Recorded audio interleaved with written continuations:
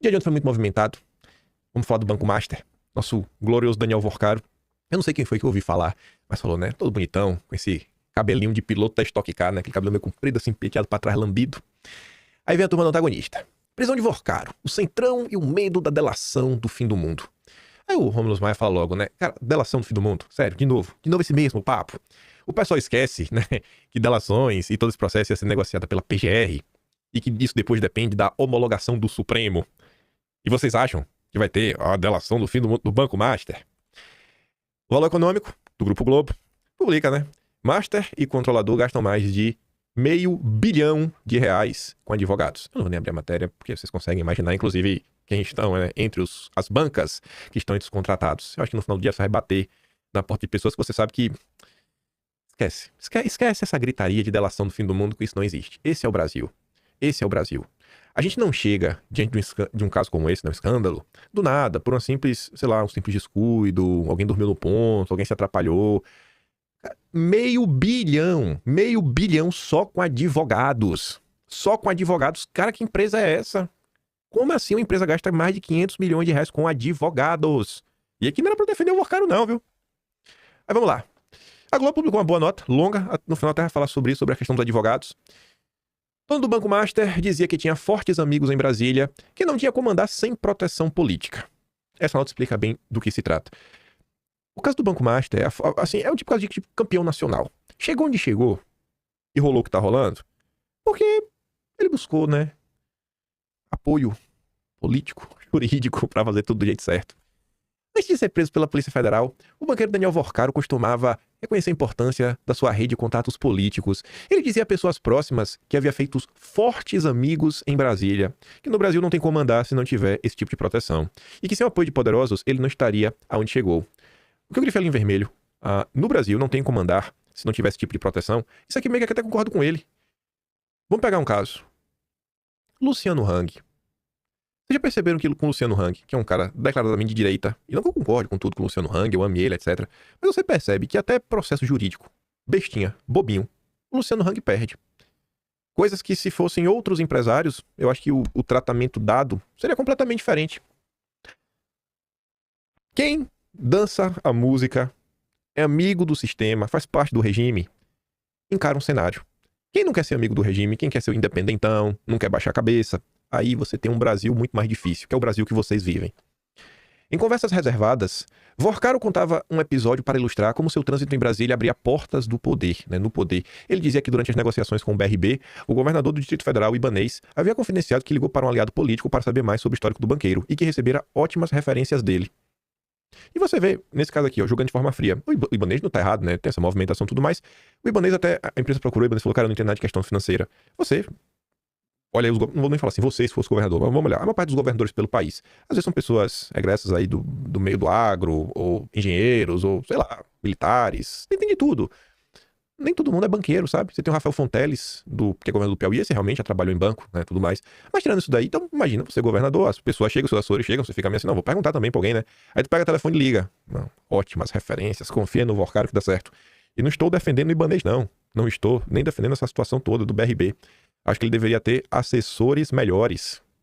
Se você quer ser governador, você tem que estar cercado. Se você não sabe de assuntos, você tem que ter pessoas ao seu redor que entendam e entendam muito bem.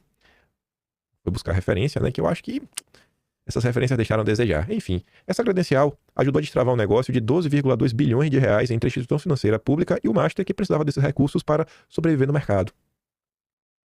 Procurado, Ibanez confirma que esteve com Worcaro uma ou duas vezes em eventos sociais, mas nunca para tratar de banco, porque não entende de sistema financeiro, e que o diálogo relatado pelo banqueiro nunca ocorreu. Procurada, a assessoria do Banco Master não comenta, o advogado Roberto Podival, que defende o banqueiro, classificou a prisão decretada pela justiça como desnecessária e ilegal. Entre os analistas políticos de Worcaro está ele, meu preferido, Ciro Nogueira, com quem Worcaro nutria uma relação de grande amizade. Ex-ministro da Casa Civil do governo Bolsonaro, Ciro Nogueira, propôs no Congresso, em agosto de 2024, elevar de 250 mil para R$1 milhão o valor da indenização paga pelo FGC, né, que é o Fundo Garantidor de Créditos, para clientes que tenham aplicações financeiras como os CDBs, em bancos que enfrentam crise ou dificuldade para honrar seus compromissos. Essa mudança favorecia o Master, porque permitiria ampliar o seu limite de captação de recursos, né? Isso foi engavetado no Senado após pressão do mercado. Conflito de lobbies. Começou a Black Friday Nissan com as melhores ofertas de captação de recursos, né? Isso foi engavetado no Senado após pressão do mercado. Conflito de lobbies. Isso aqui não foi engavetado porque é ruim, porque é bom. É porque o mercado não servia. Eu vou falar essa questão do FGV depois. Eu acho que o Ciro Nogueira propôs isso em prol do Brasil? Não sei. Não sei. Mas, gente, aumentar o FGC para 1 milhão não é de todo mal também, não. Não é de todo mal também, não. Vou até adiantar. Essa questão do FGC, ele parte do pressuposto, né? Porque você tem no Brasil o que hoje em dia? De forma bem clara. Um oligopólio bancário. Você tem uma concentração gigantesca, pouquíssimos bancos que operam, né? Todo o mercado. Você tem o Bradesco, Santander, Itaú, BTG, né, aqueles velhos conhecidos de todos. Aí para um banquinho pequeno entrar em campo, etc., e os produtos desse banco se tornarem atrativos, cara, às vezes ele tem que oferecer uma coisa a mais, uma coisa a menos, e o pessoal às vezes fica com medo, né, de investir num banco assim. Uma pessoa comum fica com medo. Então o FGC tá aí para falar o seguinte, cara, você pode investir ali até 250 mil, sabe? Que se der alguma coisa errada, não se preocupe. Tem um dinheiro aqui que vai honrar, né, essas suas dívidas. Se você pega o FGC e aumenta para 1 milhão, cara, você pode investir num grupo menor, cara, até 1 milhão. Esse grupo vai ter mais condições de bater de frente com os bancões. Agora, é necessário também que as instituições que financiam, não, que fiscalizam o mercado financeiro, CVM, o Banco Central, fiquem de olho nessas instituições. Será que ao longo desses anos, porque esse aqui do Banco Master não começou semana passada, será que não faltou o Banco Central ser um pouco mais ativo para a CVM? Sabe olhar que produtos são esses? Isso vai ficar mais claro lá na frente. E eu já adianto por quê. Mas vamos adiantar aqui. Tiveram instituições financeiras que há poucos meses já não estavam mais recomendando os CDBs do Banco Master, enquanto os grupos continuavam. E todas essas instituições financeiras têm um setor de compliance para checar se tá tudo, né, bonitinho, conforme manda o figurino. Então, por que alguns grupos identificaram que, olha, tem algo errado, e outras instituições não perceberam nada? Por que o compliance que acertou e o outro não? Além de cultivar amizade com Ciro Nogueira, grande Ciro Nogueira, Forcaro mantinha uma boa relação com o presidente da União Brasil, Antônio Rueda. Os dois se aproximaram em eventos sociais em Nova York e passaram a se encontrar em Brasília e no Rio de Janeiro.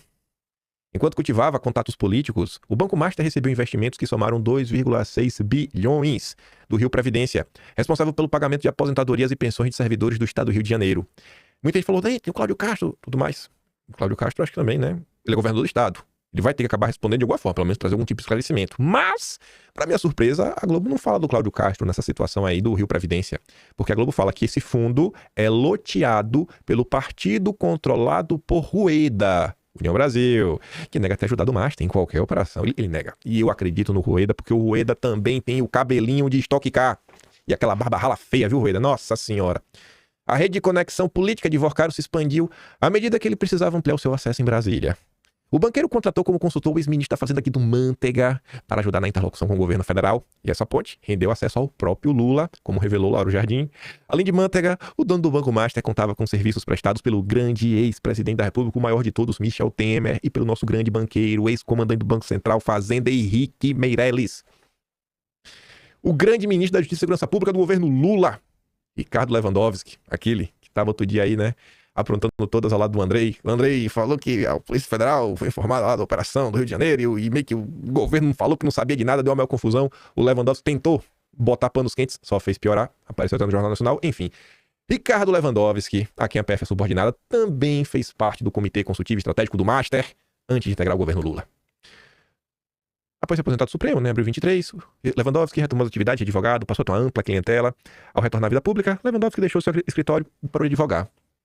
No ano passado, o banco desembolsou, ano passado, 580 milhões de reais em despesas com serviços técnicos especializados.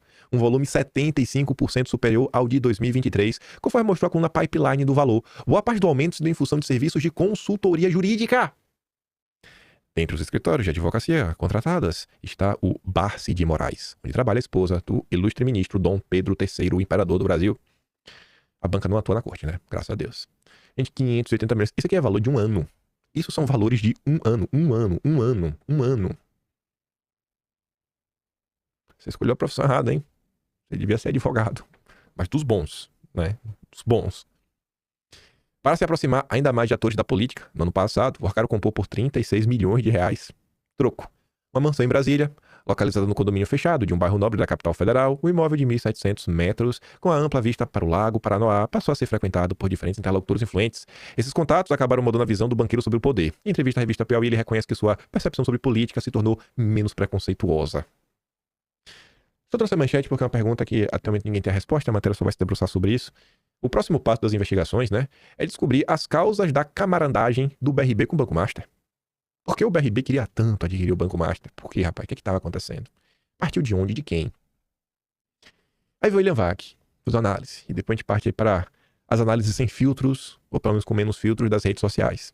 E até conseguir achar os prints, dois prints pelo menos aí do Elia Jabbour, né? A queima de arquivo dele não colou. O escândalo do Master é terreno perigoso e desconfortável também para o governo Lula. Vorcaro criou um head político que consistia em levar todo mundo pra festa. Nada de novo original. Periodicamente, alguma figura de ascensão meteórica, na arte de juntar dinheiro em geral, às custas de trouxas, garante seus negócios, chamando quem está próximo do cofre ou da máquina pública. O que fez o ex-banqueiro sentir-se tão à vontade foram dois fatores, um de longo prazo e o outro, o resultado das novas tecnologias e as redes sociais. O primeiro é o velho patrimonialismo brasileiro, na forma de agrupamentos privados, apelidados de partidos que entendem como ninguém de dinheiro de trouxas, ou seja, dos contribuintes. Tem sempre dinheiro público envolvido em manobras como as de Vorcaro e de seus antecessores.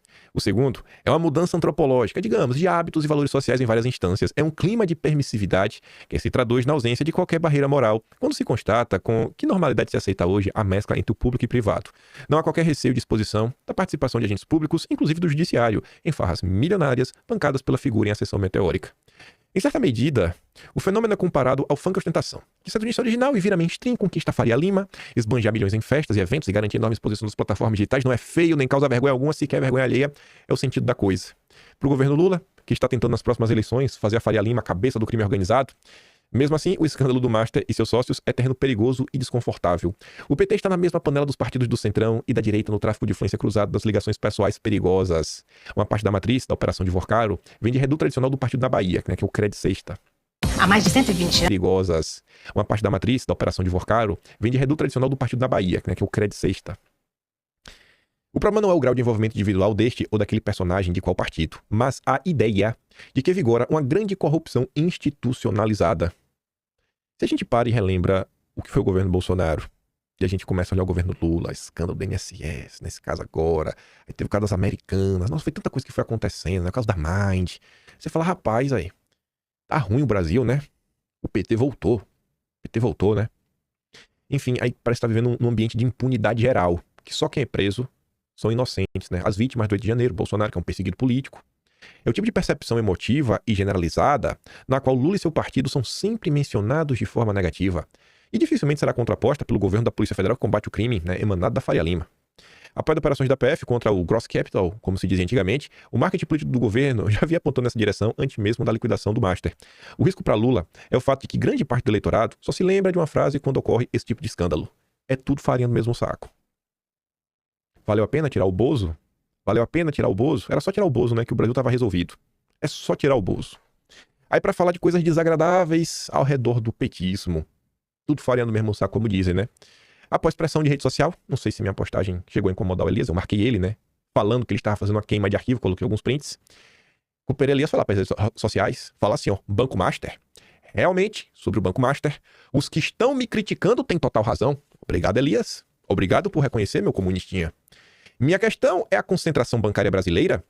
Isso aí eu tô achando que também é um problema. Agora, você não levanta a voz pra falar sobre isso, aliás. Você finge criticar. Você é um mamateiro. Você é um descarado. Você é um vassalo dos bancos. Eu quero você falar contra os Moreira Salles. Levantar a voz. Contra a família Setúbal, a família Bracha. Aí eu digo que você é brabo, mas você não é. Mas me aferrei a algo eivado de picaretagem, me confundindo completamente com o meu conceito em questão. O momento é de reflexão, pois o véu do banditismo do sistema financeiro está vindo à tona com respingos gigantescos na política. Aí, olha a cara de pau do cidadão. Apagar posts, ou seja, queima de arquivo, para esconder o que ele disse, é parte deste processo autocrítico e triste. A autocrítica está em manter. Em manter, você reconhecer a bosta que você disse. Você é corresponsável, Elias. Obviamente, numa escala muito menor do que algumas pessoas, mas o que você falou, cara, teve um peso muito grande, porque você já foi, né? Algumas postagens, eu não lembro da data, aí eu não vou afirmar com certeza, mas talvez várias suas postagens podem ser lidas como, olha, esse daqui é ou era o ex-assessor da Dilma no Banco dos BRICS. Até o ex-assessor da Dilma do Banco dos BRICS acha que o Banco Master, né, é bacana, é um lugar que dá pra investir o dinheiro. Então você é corresponsável. Além de propagandista da China, né, você é corresponsável, Elias. Você tinha que deixar pra mostrar pras pessoas, pra na próxima bosta que você falar, ninguém te levar a sério. Aí depois ele diz, né, o problema da concentração bancária continua, eu deveria ter ouvido mais o Ricardo Capelli.